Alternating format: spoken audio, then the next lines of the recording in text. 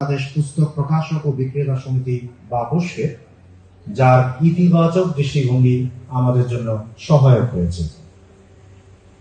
বইমেলা নিয়ে বিশেষভাবে ভাবনা চিন্তা ছিল।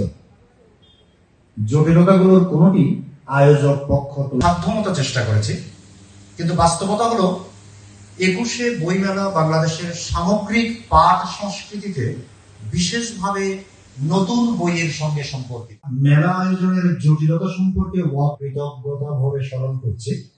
সংস্কৃতি মন্ত্রণালয়ের তৎপরতা ও আন্তরিকতা ছাড়া প্রতিমন্ত্রী ও সচিব মহোদয় আক্ষরিক অর্থেই সক্রিয় থেকে জটিল সব পরিস্থিতি মোকাবেলা করেছেন।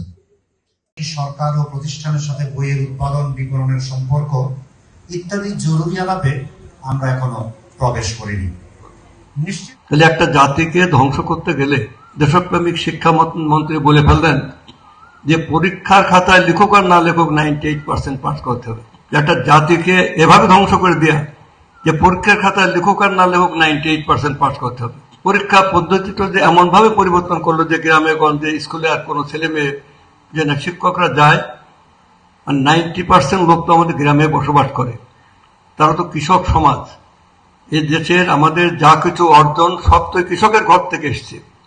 যে কৃষক, শ্রমিক, কামার, কুমোর, নাপিত, ধুপা, হাড়ি, মুচি, ডোম, মেথর, এই যে গরিব খেটে খাওয়া মেহনতি মানুষ, সব তো একই সাথে জড়িত, একে আরেকটার প্রতি নির্ভরশীল অনন্তকাল আর যুগ যুগ ধরে। তাহলে আমাদের এই যে হাজার বছরের বা হাজার হাজার বছরের পুরনো সভ্যতা, মৌর্যদের আমল থেকে অশোকের বা চন্দ্রগুপ্ত মৌর্য বা তারও আগে থেকে যে প্রাচীন সভ্যতার এই দেশ, হিউয়েন-সাং 750 খ্রিস্টাব্দে চীন দেশের সমস্ত জ্ঞান বিজ্ঞান শিক্ষা করার পরে তাকে বললো তুমি, মানে সে বললো আমি অধিক জ্ঞান কোথায় গিয়ে অন্বেষণ করা যায়, যে বাংলায় যাও।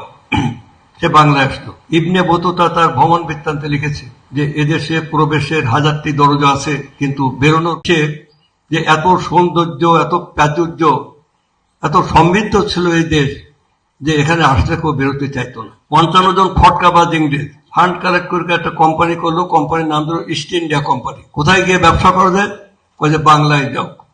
তারা বাংলায় আসলো।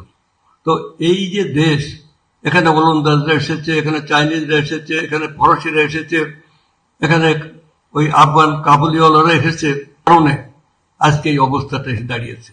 তবে একটা কথাটা ঠিক যে একটা দেশের সংস্কৃতি মানে একটা জাতির আত্মা, সোল অফ এ নেশন, সংস্কৃতি সমস্ত চিত্রই তার মধ্যে তুলে ধরা যায়।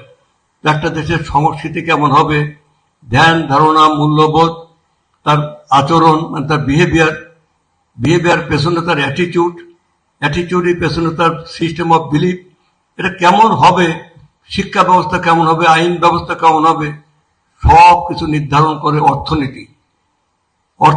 যদি লুটের অর্থনীতি হয়, ব্যবসায়ীরা যদি দেখে যে স্মাগলিং করে লাভ হয়, সে স্মাগলিং করবে, সে নারী পাচার করবে, শিশু পাচার করবে, চালে কাপড় মিশবে, সিমেন্টে বালু মিশবে, মাদক ব্যবসা করবে।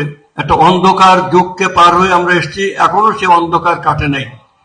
তাহলে আজকে আমাদের প্রতিশ্রুতি হচ্ছে, বর্তমান সরকারের প্রতিশ্রুতি হচ্ছে, এই জুলাইয়ের গভীরতা যদি আমরা না বুঝি, এর তাৎপর্য যদি না বুঝি, এর ব্যাপকতা যদি না জানতে পারি, তাহলে আজকে কেন 24শে জুলাইতে এই ভয়ঙ্কর পরিবর্তনটা হলো কেন? এর কি একদিনে হয়েছে? দিন দিন ধরে এই ঘটনাগুলো ঘটে এসছে। তো যাই হোক, আমার বক্তব্য হলো যে আমরা আজকের দিনে, আমি সেই মহান 21শে ফেব্রুয়ারিতে এই ঢাকা বিশ্ববিদ্যালয়ের যখন শুরু হলো প্রতিরোধ 48 সাল থেকে, সেই পাকিস্তানের বৈষম্যের বিরুদ্ধে, ভাষা উর্দু হবে না বাংলা হবে, আপনারা সবাই জানো বলে আমি ওই স্যারের সামনে বিস্তারিত বলতে চাই না। তো তখন থেকে শুরু হলো। আমি গভীর শ্রদ্ধার সাথে স্মরণ করি যারা প্রথম স্বাধীনতার স্বপ্নের